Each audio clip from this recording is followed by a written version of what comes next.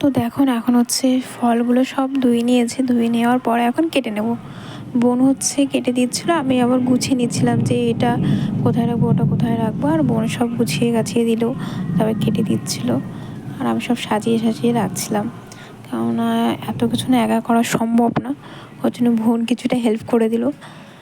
তো বোন কাজ করছিল, তো আমি সব এগুলো গুছিয়ে টুছিয়ে নিলাম, নেওয়ার পরে এখন ওই কাটছিল আর আমি জাস্ট গোছাচ্ছিলাম।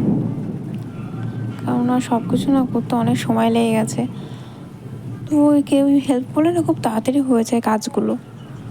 তো অনেকটাই কাজটা এগিয়ে গেছে, মানে এগিয়ে এসেছিলো। ও সব কেটে কেটে সাজিয়ে দিচ্ছিলো আর আমি সব সাইডে রাখছিলাম।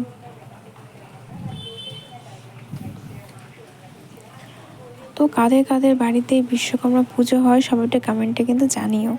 অনেকের বাড়িতেই হয় এখন, আগে কম হতো বাট এখন সবার বাড়িতেই কম বেশি হয়। তো কার কার বাড়িতে হয় আর কার কার বাড়িতে হয় না এটা কমেন্টে জানিও। আর যার যার বাড়িতে হয় না তারা তারা অবশ্যই চলে এসো আমার বাড়িতে প্রসাদটা খেয়ে যেও। সবাইকে তো আর বলতে মানে আগে বলতে পারলাম না, তো সবাইকে বলে দিলাম যে এখনই, যে ভিডিওটা যারা যারা দেখছো সবাই একটু চলে এসো।